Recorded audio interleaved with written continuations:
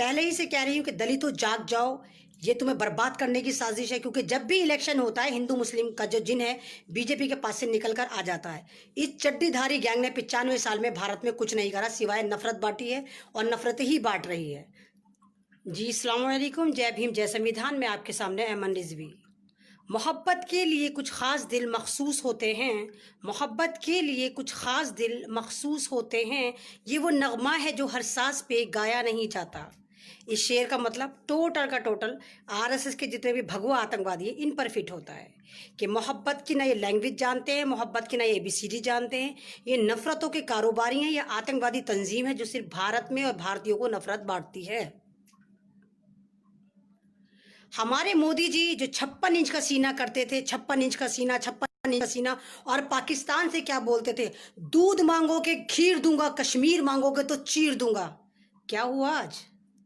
आज क्या हुआ? नेपाल जैसे छोटे मुल्क ने आज हमारे पे 17 राउंड फायरिंग करी, और सीतामढ़ी एक कस्बा है वहां पर करी, और एक दो इंसान काम कर रहे थे, वो हाथ के हाथ मर गए, बहुत सारे जख्मी हो गए, एक दो को नेपाल उठा कर ले गया।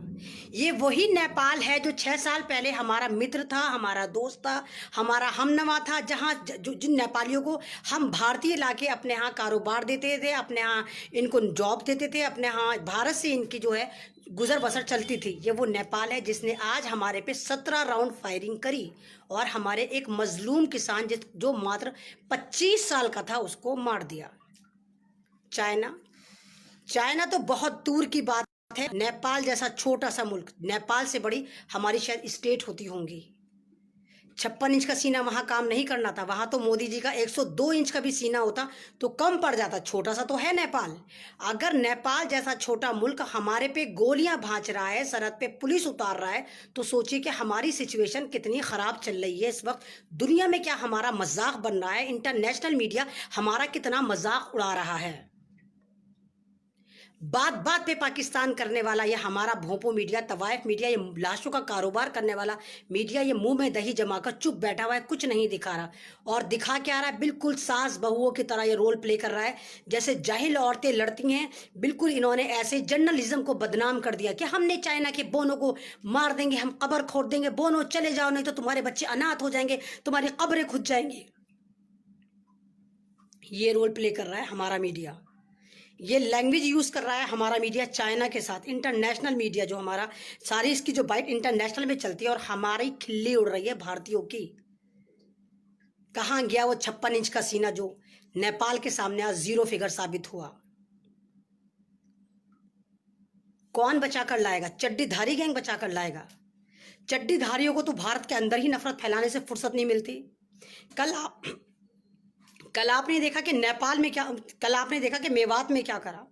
मेवात में इन्होंने टारगेट करा जमातियों को और ये कहा कि मेवाती जो ये जो जितने भी जमाती हैं ये मेवात के 12 गांवों में अटैक कर रहे हैं और दलितों से उनके मकान छीन रहे हैं और उनको वहां से हटा रहे हैं।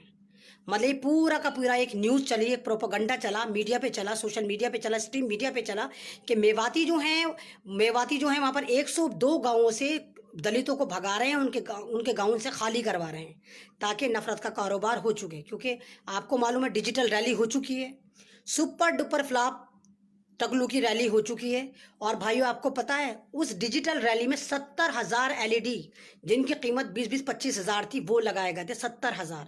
लेकिन गरीबों को 1 रुपया नहीं दिया गया और एक LED पे 50 लोग बिठाए गए थे जो मोदी का गुणगान देख रहे थे, जो टकलू शाह को देख रहे थे और देखेंगे। तो ये थी इनकी डिजिटल रैली जो सुपर फ्लॉप हो गई।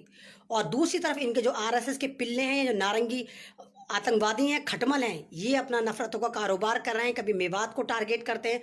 फाइनली मेवात में इन्होंने मुँह की खाई तो आज इन्होंने क्या करा, आज इन्होंने जौनपुर को टारगेट करा। जौनपुर में एक दलित बच्चा और मुसलमान बच्चे में लड़ाई होती है, वहीं पे ये RSS के पिस्सू आ जाते हैं और सारा लड़ाई को ऐसा तूल देते हैं कि रात में वहाँ पर 50 मकानों को ये जला देते हैं। ये सारे के सारे RSS के दल्ले पिल्ले करते हैं। 50 मुसलमानों के और हिंदुओं के मकान वहाँ जला दिए जाते हैं, दलितों के मकान जला दिए जाते हैं। और योगी सरकार आधा घंटे में एक्शन लेती है और NSA लगाती है आलम और जावेद नाम के 2 नौजवानों पर। वैसे उसको नज़र नहीं आता यूपी में कितना गुंडागर्दी हो रही, वो नज़र नहीं आई। यहाँ पर फौरन एक तरफा कार्रवाई हो जाती है।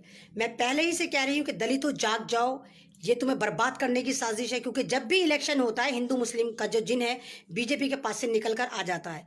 इस चड्डीधारी गैंग ने 95 साल में भारत में कुछ नहीं करा सिवाय नफरत बांटी है, और नफरत ही बांट रही है।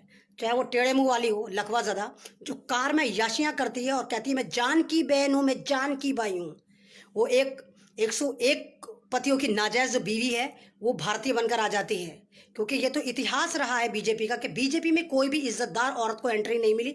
जितनी भी मॉडर्न तवाइफ हैं बीजेपी उनको आंखों पर बिठा कर रखती है। कोई बात आप बीजेपी से पूछिए, कांग्रेस कांग्रेस, और अभी भी आप पूछिए कि भाई नेपाल ने हमला कर दिया तो कहेंगे कांग्रेसी की वजह से हुआ है। ये नहीं कहेंगे कि हमारी फॉरेन जो पॉलिसी है वो इतनी घटिया है, इतनी थर्ड क्लास है, उसकी वजह से हुआ है। और इन्हीं के बहुत बड़े कद्दावर नेता सुब्रमण्यम स्वामी खुद कह रहे हैं कि भारत की जो फॉरेन पॉलिसी है नहायत घटिया है, उस पर उनको यकीन नहीं है। लेकिन उसके बावजूद कोई असर नहीं है। चाइना हमारे अंदर घुस चुका है, 60 स्क्वायर किलोमीटर आ चुका है, वो नहीं दिखा रहा है। उसने तोपे लगा लिए हैं, मिसाइल लगा लिए हैं, वो नहीं दिखा रहा है। मीडिया क्या कह रहा है, हम कोई पाकिस्तान नहीं है चाइना कि हम तेरी गुलामी करें, हम तुझे पछाड़ देंगे, हमने 2 किलोमीटर अंदर करा बाहर करा। अबे जाहिल, तुम क्या उसको अंदर बाहर करोगे? 60 किलोमीटर तो वो खुद अंदर आ चुका, तुम इसे क्या बाहर करोगे? और वही नहीं आया, अब वो सारा का सारा उत्तराखंड की तरफ बढ़ रहा है चाइना। और ये मीडिया कुछ नहीं दिखा रहा, ये सिर्फ मोदी मोदी मोदी मोदी।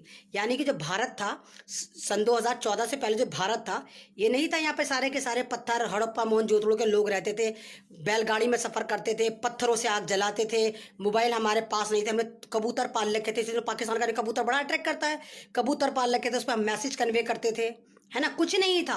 सन 2014 में मोदी जैसे आता है पूरा भारत डिजिटल हो जाता है, एकदम से छड़ी घुमाता है, पूरे भारत में टावर लग जाते हैं, पूरा भारत डिजिटल हो जाता है, मेट्रो आ जाती है, कॉलेज आ जाते हैं, यूनिवर्सिटी आ जाती हैं, और साथ ही आ जाते हैं नारंगी पिस्सू दल्ले पिल्ले भगवा आतंकवादी, ये भी आ जाते हैं।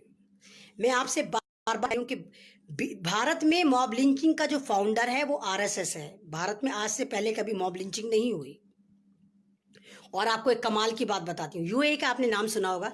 यूएई ने कल पूरा स्ट्रीम मीडिया को बैन कर दिया है कि हमारे यूएई में कोई भी भारत का स्ट्रीम चैनल नहीं चलेगा। और कुवैत का आपने नाम सुना होगा, कुवैत ने पूरी कमेटी बिठा दी है कि भारत के जितने भी हिंदू डॉक्टर कुवैत में हैं या नर्सें हैं उन पर पूरी कमेटी 24 घंटे नज़र रखेगी। क्योंकि इन्हीं की मेडिकल ऑफिसर कह रही थी, लाल चंदानी, आरती लाल चंदानी, आपने भी सुना होगा कि हम तो मुसलमानों को जहर का इंजेक्शन दे के मारते हैं और मारेंगे और मारना चाहिए। तो कुवैत ने उसी बात पे कहा कि इनका कोई भरोसा नहीं। जब इनकी मेडिकल ऑफिसर कह रही है तो कुवैत ने अपने यहाँ जितने भी डॉक्टर हैं, जितनी भी नर्स हैं, सब पे कमेटी लगा दी है जो ऑब्जर्व कर रही है कि ये डॉक्टर कहीं उल्टा सीधे इंजेक्शन तो नहीं दे रहे, उल्टी सीधी दवाएं तो नहीं दे रहे। और कुवैत ने कह दिया कि आज के बाद भारत का कोई भी हिंदू नर्स, कोई भी हिंदू डॉक्टर कुवैत में नहीं आएगा, और जितने हैं अगर वो ज़्यादा चीप पटाख करेंगे तो उनको भी उठाकर लात मारकर भारत भेज दिया जाएगा। तो ये चाल चलिए, वाह रे आरएसएस, दल्लो पिल्लो, तुमने क्या कमाल करा। तुमने पूरे भारत को तो बर्बाद करा ही करा था, और उन लोगों को भी बर्बाद कर दिया जो भारत में नहीं थे। तो ये है डिजिटल भारत, ये था मोदी का डिजिटल भारत, मोदी का भारत, मोदी का भारत, मोदी का भारत। तो हम क्या यहाँ पर घास खोद रहे हैं? अगर मोदी का भारत है तो फिर हम कौन है? वो फौज कौन है जो सरहदों की हिफाजत कर रही है? वो टीचर्स कौन है जो कॉलेजों में पढ़ा रहे हैं? वो लोग कौन है जो मेट्रो चला रहे हैं? वो लोग कौन है जो मकान बना रहे हैं? जब सारा भारत ही मोदी का है तो फिर हम कौन है? क्योंकि ये तो मैं पहले ही आपसे कह रही हूँ, चाय वाला चौकीदार चौकीदार, चाय वाला चौकीदार चौकीदार कह के गोबर गाय मुसलमान कर करके इसने पूरे भारत की जीडीपी की बैंड बजा दी, पूरा भारत बर्बाद कर दिया। और ये जितने आईटी सेल वाले 45 लाख जितने भी भगवा आतंकवादी हैं, तो भारत में बहुत सारी चीज़ें भगवा हो गई। जैसे स्ट्रीम मीडिया भगवा हो गया, ये भी आतंकवादी चैनल है। 4 चैनल हैं और 16 इनके एंकर हैं जो आतंकवादी हैं, आतंकवादी गतिविधियों में मुलविस हैं। और यकीन करिए अगर यही मीडिया किसी दूसरे मुल्क का होता, अब तक ये जेलों में सड़ रहे होते सारे के सारे। जितने ये पिस्सू हैं ना, चाहे वो मॉडर्न तवायफ रूबिका लियाकत हो, चाहे वो अंजना ओम कश्यप हो, चाहे वो झुमझुम बाबा हो, चाहे वो तड़ीपार हो, ये जेल में सड़ रहे होते अगर ये कोई इंटरनेशनल मुल्क होता। ये तो हमारा भारत है, यहाँ पर ये आजमा रहे हैं हमारे हमारे यहाँ के लोगों के जज्बात को, यहाँ के लोगों के सब्र को, और हम दिए जा रहे हैं इम्तहान। और हम कहते हैं नहीं, अच्छा दिन आएगा, आज गुजर गया शायद कल वो अच्छा दिन आएगा, नहीं आज गुजर गया शायद कल अच्छा दिन आएगा। अभी मेरे पास एक इंटरनेशनल WHO से एक वीडियो आई है, उसमें WHO ने खुद कहा है कि कोरोना वायरस जो है कोई वायरस नहीं है, ये हमसे धोखा हो गया, ये जस्ट लाइक एक एक बैक्टीरिया है जिसका इलाज एक दिन में हो सकता है। यानी मेरी बात सही हो गई, ये जो कोरोना वायरस है ये मौत की तरह बांट रहे हैं। इतने केस दिल्ली में आए, इतने केस यूपी में आए, इन सुअर के बच्चों से पूछो कि फिर वो केस कहाँ हैं जो दिल के पेशेंट होते थे, वो केस कहाँ हैं जो किडनी के पेशेंट होते थे, वो केस कहाँ हैं जो बुखार में मरते थे, वो केस कहाँ हैं जिनको कैंसर था, HIV पॉजिटिव वाले केस कहाँ हैं, डिलीवरी वाले केस कहाँ हैं। ये बहुत हरामखोर हुकूमत है, बहुत हरामखोर पिस्सू है इनके। इन्होंने सारे केस जितने भी आते हैं इनको कर करके कोरोना कोरोना कोरोना कर रखा है। और मैंने आपसे पहले ही कहा था ये इसलिए कर रहे हैं ताकि आपके अंदर डर पैदा कर दें और ये बिल गेट्स से पैसे ले लें। क्योंकि मैंने आपको 2 फैक्ट बताए थे, कल मैंने आपको अमेजोन का भी बताया था, वो भी सच हो सकता है कि लाशें वहाँ सप्लाई कर रहे हूँ, एक ही चीज़ से 2 फायदे ले रहे हूँ, लाश की लाश बिक रही है और कोरोना का कोरोना बिक रहा है। एक पेशेंट पे इनको $1,500 मिल रहे हैं जो बिल गेट्स पे करेगा। और अभी फाइनली मोदी ने जो है इजराइल से बातचीत करी है कि हमें बचा लो, हमें पाकिस्तान पे हमला करना है। मतलब अभी भी चाइना पे हमला नहीं करेगा, अभी भी पाकिस्तान पे हमला करेगा। सबसे बड़ा दुश्मन हमारा चाइना, हमला करेगा पाकिस्तान पे। वही मैं आपसे पहले से कह रही हूँ, ये अकल फिरे सर फिरे बावले गोबर गूमूत्र वाली हुकूमत है। इनसे अगर कहो कि हमारे सर का ऑपरेशन कर दे तो ये जाहिल जो है हमारे पैर का ऑपरेशन कर देते, इतने बड़े जाहिल हैं ये। तो इजराइल से मदद मांगी कि हम पाकिस्तान पे हमला करेंगे, अभी भी चाइना पे हमला नहीं करेंगे, अभी भी पाकिस्तान से पे हमला करेंगे। पूरा जो हमारे जितने भी पड़ोसी, कोई हमारा दोस्त नहीं रहा। 6 साल पहले जो नेपाल हमारा गुणगान करता था, आज वो हमारा दुश्मन हो गया इनकी गलत पॉलिसी की वजह से।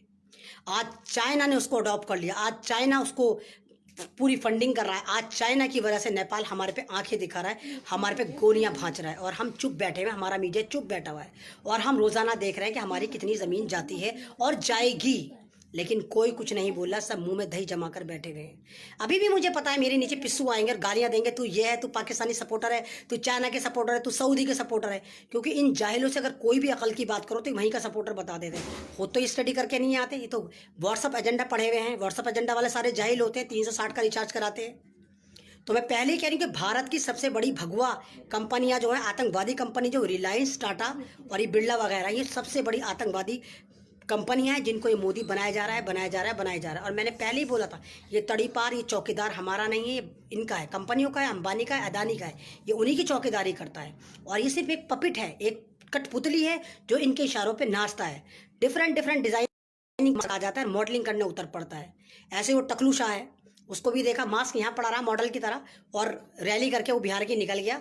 रिजल्ट क्या रहा? टाए टाए फिश रैली, भव्य रैली जिसपे 144 करोड़ खर्च करा था, वो नाकाम हो गई। उस रैली को कामयाब करने के लिए अब ये हिंदू मुस्लिम कार्ड खेल रहे हैं। हो सकता है कामयाब भी हो जाए, अगर आपकी अकल और दलितों की अकल अगर काम नहीं करी तो हो सकता है अपनी प्लानिंग में कामयाब हो जाए और मीडिया चुप रहेगा। क्योंकि तो है, हथनी के मुंह में पटाखे चले गए थे तो हिंदू मुस्लिम हो गया था। लेकिन हिसार में, राजस्थान में, हिसार में वहां पर 80 गांव का कत्ल कर दिया गया, वहां पर वो मीडिया चुप था। वो नजर नहीं आया कि जिस माँ पे तुम राजनीति करते हो, जिसको तुम माँ माँ माँ माँ करते हो, उस माँ को तुमने कत्ल कर दिया। 80 गायें खाना न मिलने की वजह से कत्ल हो गई, मर गई। माँ तुम्हें माँ याद नहीं? वाह क्या माँ है तुम्हारी कि तुम अपनी माँ की भी इज्जत नहीं करते, अपनी माँ तक को खाना नहीं देते। अगर मैं होती ना और मैं अपनी गाय को माँ कहती, कसम खुदा पाक की, मैं माँ को ना अपने AC में रखती, AC विंग बनाती उनकी, अगर मैं वाकई उसको माँ कहती और श्रद्धा रखती उसके लिए। क्योंकि हम अपनी ओरिजिनल माँ को भी बड़ी इज्जत देते हैं। हम ख़राब कमरे में रहते हैं, ज़्यादा फैसिलिटी हम अपनी माँ को देते हैं क्योंकि हम उसको माँ कहते हैं। हम तुम्हारी तरह नहीं है कि अगर चिकन की बोटी भी हो तो उसको कह दो कि हमारी माँ की बोटी है। कहाँ मर गए तुम जब वो हरियाणा में, हिसार में 80 तुम्हारी माओ को कुत्ते नोच नोच कर खा रहे थे? कहाँ मर गए थे तुम? ये है तुम्हारी माँ। और वो टकलू नंबर 2 कानून बना रहा है भाई, कानून बना दिया कि अगर कोई गाय का गोश्त खाएगा या गाय की कुर्बानी करेगा तो 5 साल की उसको सज़ा। हमें मालूम है कि इनको सज़ा होगी, जैसे पहलू खान अल अखलाक जैसे इनको हुई थी ना कि बकरा खाने पे भी हो गई थी। अब इस तरह पकड़ पकड़ के, अगर आप यकीन करिए, आप सोयाबीन की बड़ी भी लेके जा रहे होंगे तो ये टकलू जो है ये आपको बर्बाद करेगा या आप पे केस करेगा। आज इत्तला है बिजनौर के पास एक जगह है किरतपुर, वहां पर इन्होंने हिंदू मुस्लिम करना शुरू कर दिया है। वहां पर घरों में घुस घुस कर पुलिस जो है वहां पर बहुत तेज से उठापटक कर रही है और लोगों को उठा रही है कि तुम जो हो वो दंगा फैला रहे थे। मतलब इसका जो दिमाग फिर ख़राब होना शुरू हो गया। हमारा टकलू नंबर 2 जो है वो योगी भगवा आतंकवादी जो है, योगी जो है, जो योगी बनता है, जिसने भगवा को बदनाम कर दिया, जो भगवा इज्जत की निशानी होता था, उस भगवा को उस कमबख्त आतंकवादी ने बर्बाद कर दिया। अब वो मुसलमानों को उठा रहा है। 15 दिन पहले शामली में उसने घुसपैठ करवाई थी पुलिस से और 50-55 घरों को तोड़ फोड़ करके सामान लूटा था पुलिस ने। आज बिजनौर के पास कोई किरतपुर है, वहां पर उठापटक हुई, 4-5 नौजवानों को उठाकर ले गई पुलिस और 4-5 के खिलाफ वारंट निकाल दिया है। क्योंकि जौनपुर वाली घटना को दबाना है इनको, क्योंकि इन्होंने आग तो इन्होंने लगवाई थी, 50 के 50 मकान इन्होंने जलवाए थे और इनका पूरा प्लान था कि हिंदू मुस्लिम हो जाएगा, जो नहीं हो पाया। हालांकि इन्होंने एनएसए भी लगा दिया मुसलमानों पे, फिर भी वो दंगा नहीं भड़क पाया। तो अब ये इस तरह करेंगे, कितना बर्बाद करोगे तुम। जिस मुसलमान को आतंकवादी कहते हो, सबसे ज़्यादा तुम ही मारते हो। चाहे मुजफ्फरनगर के दंगे हो, कौन मरा था? मुसलमान मरा था। चाहे वो दिल्ली के दंगे हो, कौन मरा था? हज़ारों मुसलमान मरा था। चाहे वो हाशिमपुरा के झगड़े हो, कौन मरा था? हज़ारों मुसलमान मरा था। चाहे वो बाबरी मस्जिद के झगड़े हो, कौन मरा था? मुसलमान मरा था। हज़ारों की तादाद में मुसलमान मरा था और आतंकवादी भी मुसलमान है। वाह, क्या स्ट्रैटेजी लेकर आए हो। कुछ है, भेजा भेजा है, कभी यूज़ करा है या सिर्फ गोबर ही गोबर भरा हुआ है? अंग्रेज़ों के तलवे चाट चाट के, गोबर चाट चाट के गोबर ही भर गया क्या तुम्हारे भेजों में? अकल यूज़ नहीं करते क्या तुम? बिल्कुल भी हो जाओगे बर्बाद जो बर्बाद करोगे, क्योंकि ऊपर वाला भी देख रहा है जो तुम हरकतें कर रहे हो ना। सुधर जाओ, अभी भी सुधर जाओ। उसकी लाठी जब पड़ेगी ना तो बेभाव पड़ती है। ऐसा नहीं तुम कुछ भी दंगा मचा दो, कुछ भी कर लो। है तो वो प्रज्ञा ठाकुर मर तो रही कैंसर के इलाज में, पड़ी तो है एम्स में, जो गाय मूत्र पी के कहती थी भाई मेरा कैंसर सही हो गया। भाई आपको पता है एम्स में आखिरी सांसें गिन रही है, आंख खत्म हो चुकी, पूरे उसके सर में जो है मवाद पड़ चुकी। और ये जो है ना टेढ़े मुंह वाली, अब अगला नंबर रागनी तिवारी का है, इसको कैंसर होगा इसकी जबान में, जैसे भौंकती है ना कुत्ती। जाफराबाद की बेटी बताती है, तू जाफराबाद की बेटी नहीं, तू लक्ष्मी नगर में रहती है, निर्माण विहार में। तू एक आरएसएस वाले के घर में झाड़ू पोछा करती है। पता हमें भी, ये जानते हम भी हैं। तो मैं आप सब लोगों से कहूंगी, प्लीज यूनाइटेड हो जाइए। आपका भारत है, ये हमारा भारत है। इसको बचाना आपकी जिम्मेदारी, इसको बचाना हमारी जिम्मेदारी है। हम इसको इस तरह बर्बाद नहीं होने देंगे। तो शुक्रिया। अगर मेरी आपको वीडियो अच्छी लगती है, मेरी कोई पोस्ट अच्छी लगती है, मेरा लाइव अच्छा लगता है, तो प्लीज़ इसको शेयर करा कीजिए और मेरी वीडियोस को शेयर करा कीजिए। शुक्रिया। अल्लाह हाफिज़।